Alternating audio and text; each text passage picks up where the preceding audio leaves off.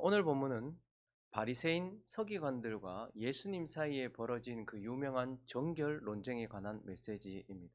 오늘 1절을 보시면 세상에서 가장 정결하고 가장 깨끗한 도시라고 말하는 예루살렘에서부터 자신들이 가장 깨끗하다라고 가장 정결하다라고 자부하는 바리새인들과 서기관이 예수님께 왔습니다. 그리고 2절에 보니까요.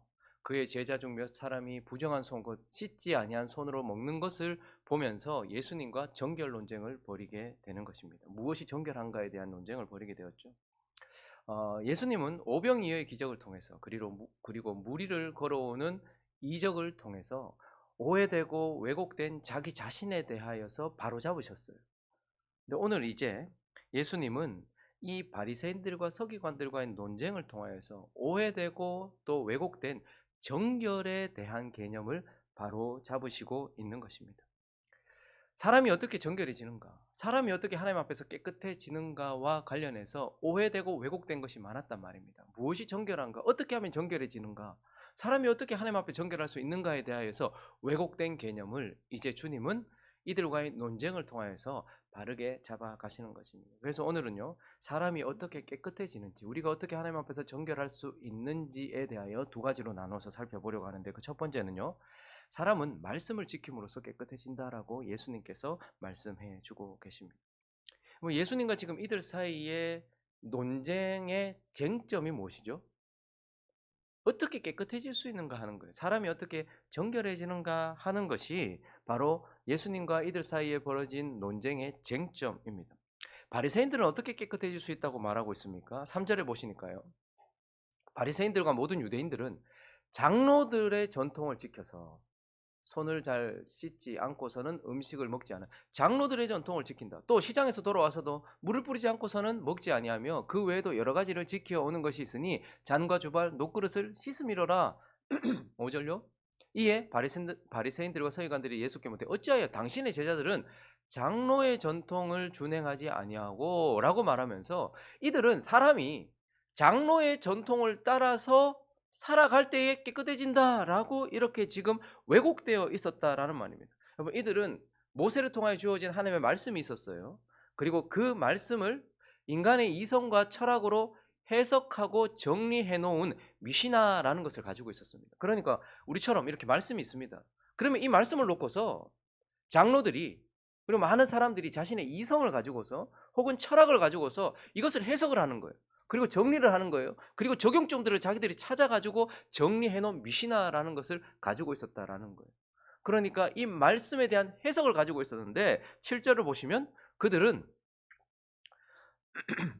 사람의 계명으로, 그러니까 그들이 가지고 있었던 그 미시나 같은 것, 쉽게 말하면 신학입니다. 신학. 사람의 이성과 철학으로 하나님의 말씀을 정리해 놓은 것. 이게 다 나쁘다라는 건 아니에요. 그런데 문제는 뭐냐면 이 사람의 계명으로 교훈을 삼아서 사람들을 가르치면서 그것을 가지고 하나님을 예배했다는 거예요. 그러니까 하나님의 계명이 있습니다. 그런데 그것을 장로들이나 사람들이, 바리새인들과 같은 사람들, 서기관들 같은 사람들이 이것을 자신의 이성의 관점에서, 철학적 관점에서 해석하고 적용하고 정리해 놓은 미시나를, 이걸 이해하는 데 도움을 주는 것으로 생각하는 것이 아니고 그걸 하나님의 말씀의 자리에다가 두고 있었단 말입니다.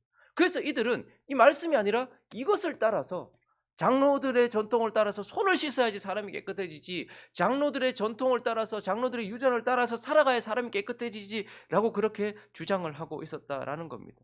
그런데 예수님은 그것이 사람을 깨끗하게 하지 못한다라고 말해요. 그래서 실제로 다시 보시면요, 사람의 계명으로 교훈을 삼아 가르쳤다. 그러니까 그 미시나 혹은 장로의 요전, 전통, 그것을 가지고 사람들을 가르쳤고 그것으로 하나님을 예배했는데 나를 어떻게 경배했다? 헛되이 경배했다. 이렇게 말하고 있어요. 여기서 헛되이라는 단어는 마텐이라는 단어인데 열매가 없다 혹은 유익이 없다 이런 뜻입니다. 그러니까 그 말씀대로가 아니고 그 말씀을 적용하고 해석하고 정리하고 재단해 놓은 그들의 그 어떠함을 가지고서 말씀을 지킨다. 그걸 지키는 것은 아무런 열매를, 거룩이라는 열매도 변화라는 열매도 맺지 못하더라. 예수님은 그렇게 주장을 하고 계시는 것입니다. 왜 그럴까요? 9절부터 보시면 그것이 왜곡되기 때문에 그래요. 왜곡되었기 때문에 인간의 이성이나 인간의 철학을 가지고서 성경을 재단하고 하나님의 말씀을 재단해서 만들어 놓은 것이 체계적으로 보이고 좋아 보여요. 프로그램 같은 건 좋아 보여요. 그러나 그것은 반드시 부패하게 되어 있단 말입니다. 또 이르시되 너희가 너희 전통을 지키려고, 그래서 너희가 만들어 놓은 그 전통을 지키려고 하나님의 계명을 저버렸다 이렇게 말하면서 모세는 내 부모를 공경하라. 그러니까 이 말씀을 가지고서 그들은 어떻게 적용을 하고 또 정리를 했냐 하면, 아버지나 어머니를 모욕하는 자는 죽임을 당한다. 자, 내 부모 공경해라. 그리고 아버지 어머니를 모욕하는 자는 죽임 당한다는 하나님의 말씀이 있어요. 당하리라 하였거늘 너희는, 이제 그 말씀을 가지고 인간의 부패한 이성과 교만한 철학이 사람이 아버지에게나 어머니에게나 말하기를 내가 드려 유익하게 할 것이 고르반 곧 하나님께 드림이 되었다 하기만 하면 그만이다. 무슨 말이냐면 부모님이 이제 나이가 드시고 이제 힘이 빠지면 자녀를 양육했던 부모를 자녀들이 어떻게 해야 됩니까? 공양해야 되는 거예요. 자, 그런데 마땅히 부모를 공양하고 부모에게 드려서 그러니까 부모를 돌봐야 되는데 그게 아까운 거죠. 굳이 이렇게까지 할 그게 없는 거죠. 그러니까 뭐라고 하냐 하면 사람들이 고르반이란 하나님께 드려진 특별한 제물이란 뜻이에요. 그러니까 내가 지금 돈이 한 1억 정도 있는데 부모님 집도 좀 이렇게 좀 옮겨 드리고 좀 이렇게 해야 되는데 그게 아까운 거예요. 그러니까 그 부모님도 저 돈 있는데 나 좀 병원 갈 때 좀 쓰지. 나 좀 할 때 좀 쓰지라는 생각이 드는데 아유, 죄송합니다. 이거 고르반 이거 하나님께 드린 거예요. 라고 그렇게 말하기만 한다면 그들의 이성과 전통이 만들어 놓은 그 미시나 같은 거에서는 괜찮다는 거예요. 그 부모한테 안 드려도 된다. 그거는 계명을 위반한 게 아니다. 이런 식으로 왜곡이 되었단 말입니다. 그래서요, 자기 아버지나 어머니에게 다시 아무것도 하여 드리지 않기를 괜찮다. 양심을 무마시켜주고 마비시켜주는 것이죠. 그리고 나서 부모님 돌아가시고 나면요, 그걸 다시 환원할 수 있어요. 그때 고르반으로 드렸던 거 다시 주십시오 하면 싸바싸바 해가지고 그걸 다시 주는 거예요. 그러니까 하나님이 말씀해 놓으신 것을 말씀하신 그대로가 아니라 자신들의 이성과 철학으로 교묘하게 정리해 놓은 이것은 반드시 왜곡되어진다라고 말씀을 하고 있는 것입니다. 그와 같은 것이 이혼 같은 거였지 않습니까?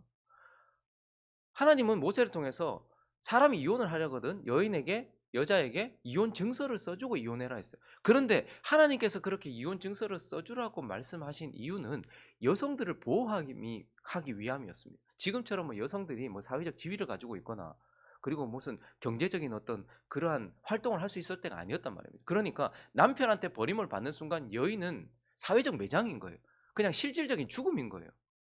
그러니까 함부로 이혼을 하지 못하도록 이혼 증서를 쓰면서 마땅한 이유가 있어야지 이혼을 할 수 있고, 증서를 써줌으로써 이 여자가 다른 남자에게 갈 수 있도록 하기 위해서 여성들을 보호하기 위해서 모세를 통하여 말씀을 줬단 말입니다. 그런데 남자들이 그걸 어떻게 해석했습니까? 이 미시나나 이런 것들을 가지고서 언제든지 이혼 증서만 쓰면 마음대로 이혼할 수 있도록 했다. 그러니까 마음에 안 들어? 이 여자 음식을 못해? 이혼 증서 써주고 내보내고. 이 여자는 잘 안 씻어? 내보내고. 이 여자 성격이 좀 그래? 내보내고. 마음대로 부패를 시켰다는 말이죠. 그러니까 이러한 하나님의 말씀을 인간의 이성과 철학, 여러분 인간의 이성과 철학이 잘못된 게 아니에요. 그리고 그것을 가지고 정리해 놓은 그것 자체가 나쁘다는 게 아니에요. 그런데 반드시 이것은 어떻게 될까요? 하나님이 말씀하신 대로가 아니라 부패하고 썩어진단 말이에요.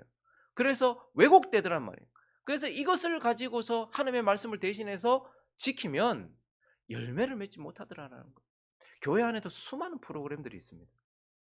사람들이 만들어 놓은 전통들이 있어요. 이렇게 하면 40일 하면 된다. 그 사람이 만들어 놓은 거예요. 무슨 프로그램을 따라서 요렇게 하면 그건 가톨릭에서 나온 거 아닙니까? 가톨릭은 7성례가 있습니다. 그래서 태어나면서부터 시작해서 7가지 성례를 통해서 사람이 정결하게 된다라고 말하는 거예요. 인간이 만들어 놓은 프로그램, 성경을 보면서 요렇게 하면 되겠다라고 생각한 거예요. 근데 이 개신교 안에도 이제는 무슨 프로그램, 무슨 반 이 순서대로 따라가면 이제 정결해진다. 혹은 사람이 만들어 놓은 어떤 걸 따라서 교회에서 신앙생활 할 때도요. 자기 생각대로 성경을 보면서 그러니까 사람들이 안심을 하는 거예요. 나는 성경 보고 지금 그렇게 말하는 거예요. 이렇게 이야기를 하는 거죠. 근데 성경을 가지고서 자기 생각대로 신앙생활 하는 거예요. 주일은 이렇게 하면 되는 거고, 헌신은 이래 하면 되는 거고, 헌금은 이래 하면 되는 거고, 11조 제대로 안 합니다. 근데 그 사람들 별로 마음의 양심의 가치가 안 느껴요. 성경 보면서 자신들이 생각하는 대로 그렇게 하는 거예요. 헌신도, 주일 성수도, 주님 앞에 하루를 살아갈 때에도 그냥 인간의 생각대로, 그리고 그 인간의 생각에 맞춰져서 만들어 놓은 이 미시나 같은 것을 따라서 생활할 때에 사람 정결해진다 이렇게 말했단 말이에요. 근데 예수님은 8절을 보시니까 아니다라고 말씀하시면서 너희가 하나님의 계명은 버리고 사람의 전통을 지킨다. 그래서 안 된다라는 거예요. 그래서 예수님은 너희가 버린 하나님의 계명 그 자체. 그럼 사람이 어떻게 정결해지는가? 하나님 말씀을 지킴으로써만 정결해진다라는 거예요. 즉 하나님의 말씀을 하나님이 뜻하신 대로 지킬 때 정결해진다라는 것이고, 좀 더 좁혀서 우리에게 와닿도록 말한다면 하나님의 말씀을 교리를 따라서 지킬 때야 비로소 정결해진다라는 거예요. 이들은 신학을 가지고 있었습니다. 여러분 가톨릭에도 신학이 있어요. 그래서 이거 잘못됐다. 그래서 오직 성경이라는 표를 가지고서 우리가 지금 개신교가 나온 거 아닙니까? 우리가 지금 이렇게 나와서 이렇게 있는 건 아닙니까? 그러니까 그들이 말씀을 떠나서 말씀이라고 자기들이 만들어 놓은 어떤 그 전통, 이걸 지키고 있었으니까 여기서부터 떠나서 더 오직 성경으로 돌아가자라고 해가지고 나온 게 개신교란 말입니다. 자, 그런데 오직 성경으로란 말은 성경 한 권으로 돌아가자라는 말이기도 해요. 그러나 하나님은 그들은 미시나와 같은 신학을 가지고 있었어요. 성경을 가지고서 인간의 부패한 이성과 교만한 철학으로 해석해 놓은 자기들의 신학을 가지고 있었단 말이에요. 그런데 교회 안에는 하나님께서 뭘 주셨다는 거예요? 교리를 주셨다라는 거예요. 교리는 신학이 아닙니다. 성경을 사도들과 그리고 교회에 주신 성령을 따라서 성령의 감동을 받아서 그대로 정리해 놓은, 성경을 있는 그대로 정리해 놓은 것을 교리라고 하는 거예요. 그래서 이걸 다른 말로 하면 신조, 신경, 혹은 이것이 세월이 지나면서 좀 더 확대되어서 더 자세하게 기록된 것을 고백서라고 하는 거예요. 그래서 우리는 이 성경을요, 하나님의 성령과 하나님 예수님께 배운 사도들의 가르침을 따라서 정리해 놓은 교리. 그래서 우리는 약간 중국의 영향을 받아서 신조라고 하죠. 신경, 사도, 신경. 그러니까 이런 것들이 성경이 뭐라고 말하는가를 정리를 해놨단 말이에요. 그래서 하나님께서 이렇게 말씀하셨다. 성경을 전부 다, 이단도 성경을 가지고서 이단되거든요. 가톨릭도 이거 성경 가지고서 만들어놨단 말입니다. 그래서 하나님은 우리에게 성경을 신학이 아니라 교리를 따라서 지켜라. 신조를 따라서. 그래서 성경이 예수에 대해서는 이렇게 얘기하신다. 동정녀 마리아에게서 나시고 본디오 빌라도에게 고난을 받으사 십자가에 못 박혀. 그러니까 예수는 그런 분이다 라고 이야기하면서 이것이 점점 세월이 지나면서 더 명확하게. 그래서 신학은 하나님의 말씀을, 예수 그리스도를 인간의 이성과 철학으로 재단을 해놓은 거예요. 그래서 왜곡되고 부패될 수 있습니다. 근데 교리는요, 성경을 있는 그대로 정리해 놓은 거예요. 그렇기 때문에 삼위일체 같은 건 이해가 잘 안 가요. 명확하게 설명을 할 수 없어요. 성경이 삼위일체를 말하니까 그렇게 말하는 거예요. 그리고요, 창세전 선택, 무조건적 선택, 이런 것들도 설명을 다 못해요. 신학은 이걸 설명해 내려고 막 노력을 해요. 그러나 교리는요, 있는 그대로를 가지고 성경이 이렇게 말하더라, 이렇게 가르치는 것이죠. 그래서 제가 목사 안수를 받을 때 저에게 가장 먼저 이 맹세를 받을 때요, 제가 이렇게 서약을 하잖아요. 첫 번째, 신구약 성경은 오직 유일무이한 하나님의 법칙임을 믿느뇨? 이렇게 물었어요, 저한테. 그래서 제가 아멘 했습니다. 그리고 두 번째 저한테 물었는 게 뭐냐면, 신조와, 장로교 안에 있는 신조와, 그리고 특별히 이제 가장 잘 정리됐다라고 말하는 그 하이델베르그 요리문답도 있고 뭐 도르트도 있고 무슨 신경들이 많아요. 그런데 특별히 이제 가장 잘 정리됐다라고 하는 거, 장로교 안에서는 웨스터민스터 신앙 고백서거든요.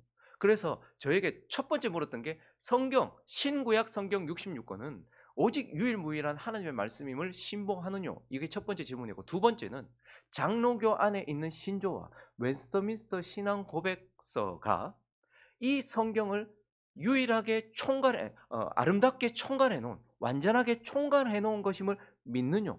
이것이 저에게 두 번째 물은 거예요. 그러니까 목사는 뭐 하는 사람인 거예요?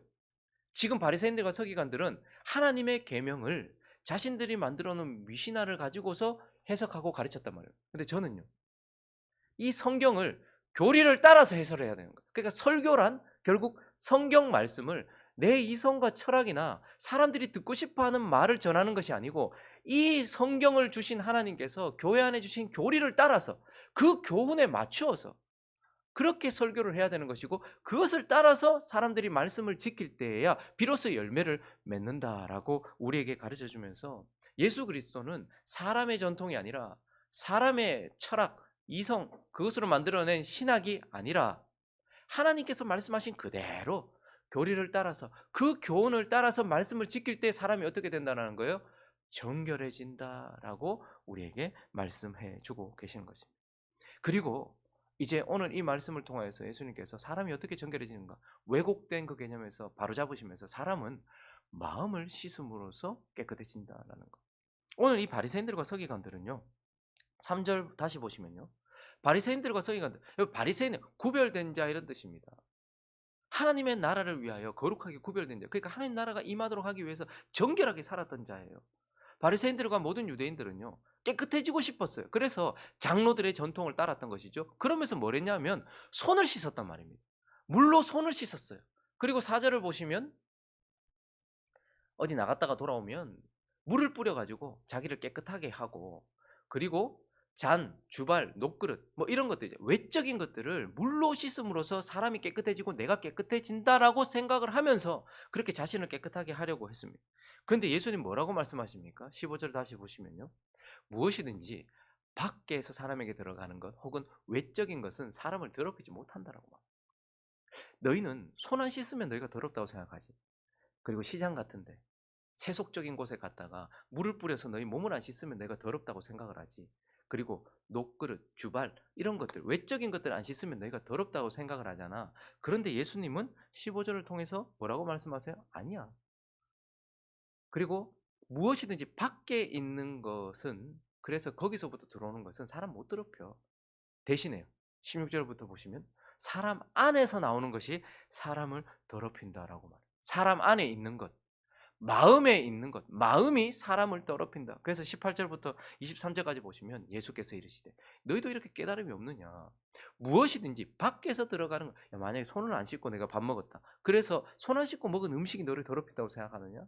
야, 그릇 이거 제대로 안 씻어서 그거 거기에서 먹은 거 그게 너희를 더럽힌다고 생각하느냐? 아니야. 무엇이든지 밖에서 들어오는 것은 능히 사람을 더럽게 하지 못함을 알지 못하느냐? 이는 마음으로 들어가는 게 아니야. 배로 들어가서 뒤로 나가잖아. 이러므로 모든 음식은 다 깨끗해. 사람을 더럽힐 수 없어. 또 이르시되 사람에게서 나오는 그것이 사람을 더럽히는 거야. 속에 곧 마음에서 나오는 것.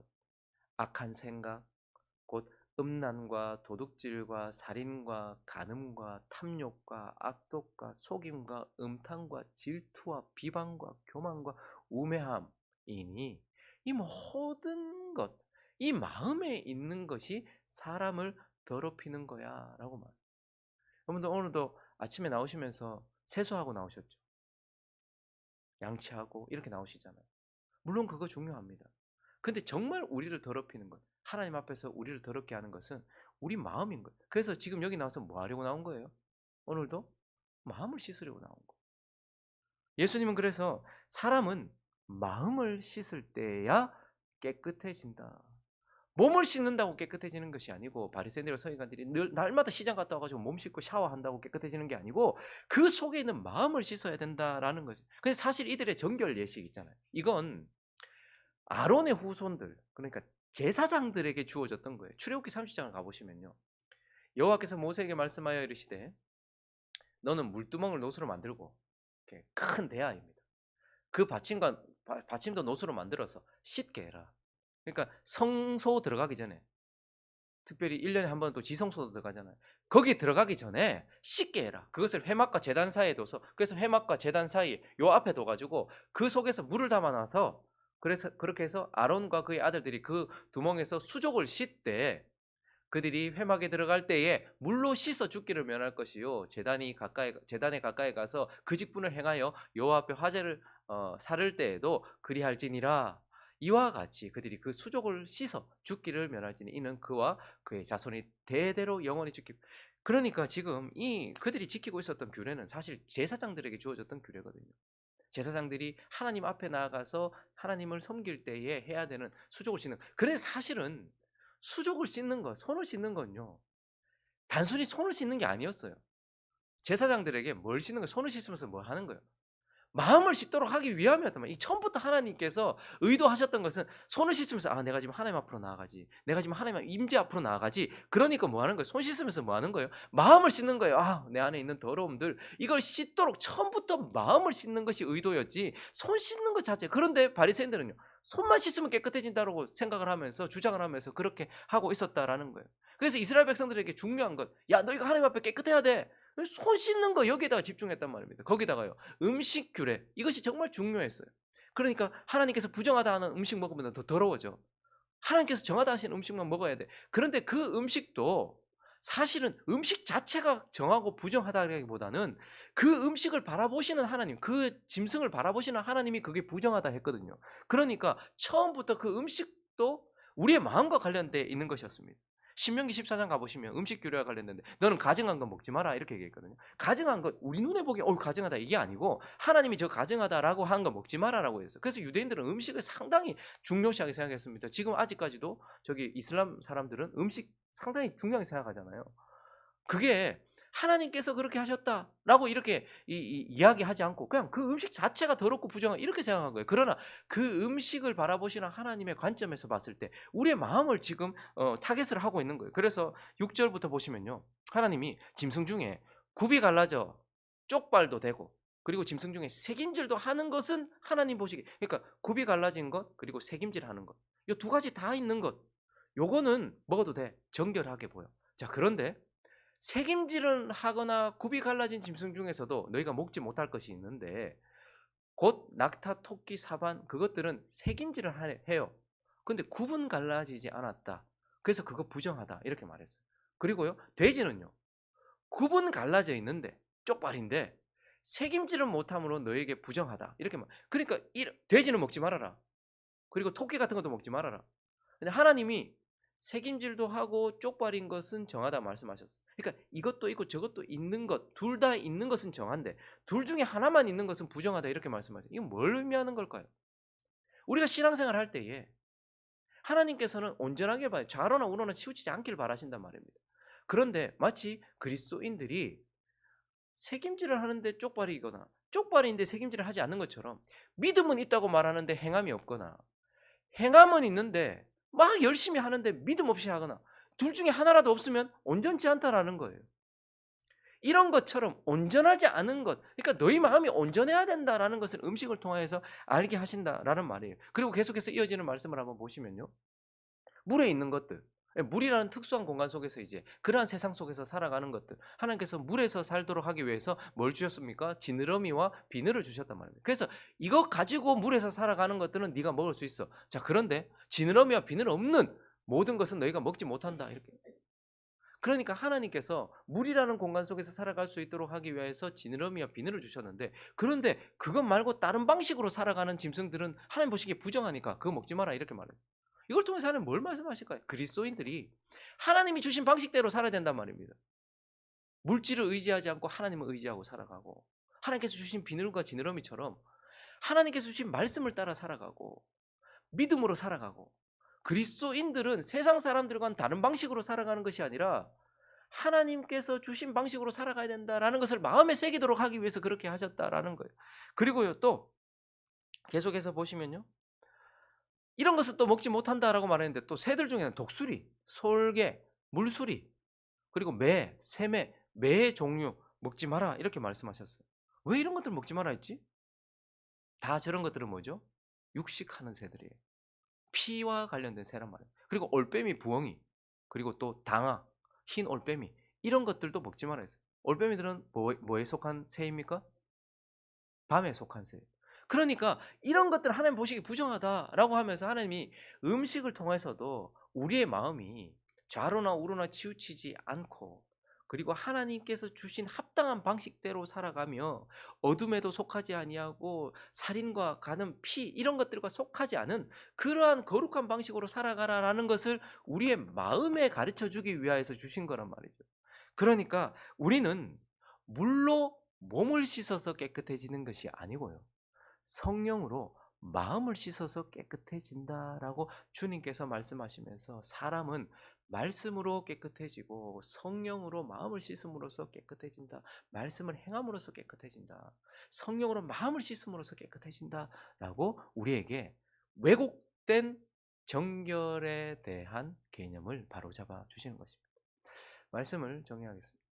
여러분 뭐 이미 새해가 밝았고 이미 벌써 2달이 지나가고 있는데요. 그래도 여러분은 하나님께 뭘 바라고 계십니까? 하나님 앞에 하나님 나한테 좀 이렇게 해주시길 바람이 있잖아요. 하나님께 대한 바람. 하나님께 계속 아뢰는 기도 제목들이 있을 것 아닙니까? 뭘 바라고 계십니까? 뭐 여러 가지들이 있겠죠. 자 그러면 뒤집어서 우리도 하나님께 간절한 바람이 있고 늘 하나님께 제발 좀 이것 좀 해주십시오라고 하는 그 바람이 있다면 하나님도 우리에게 바람이 있지 않겠습니까? 근데 거기에 대해서는 신경을 좀 써보셨습니까? 2024년을 살아가는 그리고 벌써 2달째를 살아가고 있는 우리에게 하나님은 내게 뭘 바라실까? 한번 생각해 보셨습니까? 하나님의 바람은 딱 한 가지라고 말해요. 데살로니가전서 4장 3절입니다. 읽습니다. 시작. 하나님의 뜻은 이것이니 너희의 거룩함이라. 하나님의 바람은 한 가지다. 우리가 정결해지는 것. 우리가 정결한 삶을 사는 것이다라고 말씀하고 있습니다. 우리도 하나님의 바람을 좀 들어야지. 하나님도 좀 우리의 바람을 좀 신경 더 쓰시지 않겠어요? 늘 내 바람만 하나님께 늘 간구하고 안 들어주면 삐지고 화내고 거리를 멀리 두고. 근데 하나님이 우리에게 바라시는 것은 우리가 날 때부터 시작해서 우리가 죽을 때까지 이거 하나 바라신다라고 말씀하세요. 우리의 정결이다. 우리가 어떻게 정결해집니까? 내 생각대로 신앙생활 하지 마십시오. 사람들이 말하는 그래서 그런 교회 사람 많이 모입니다. 인간들의 전통, 사람들의 이성과 철학에 맞춰 그래서 하나님의 말씀을 도덕적 수준으로 낮추고 우리의 마음을 편안하게 해주는 그러한 교회는 사람들 많이 모이게 돼 있어요. 왜냐하면 내가 생각하는 걸 지지해 주니까요. 나 이 돈 너무 아까운데 고르반이라고 하면 된다라고 말하는 그런데 사람 많이 모이지 않겠습니까? 그리고 내 생각대로 신앙생활 하면 안 됩니다. 아무 열매 없습니다. 그러므로 간절히 우리가 정결하기를 바라시는 하나님 앞에 말씀을 교리를 따라 하나님이 뜻하신 대로 지킴으로써 거룩해지는 저와 여러분 그리고 성령으로 날마다 우리의 마음을 정리하고 정돈하고 씻음으로써 거룩해지는 저와 여러분 되시기를 예수 그리스도 이름으로 축원합니다.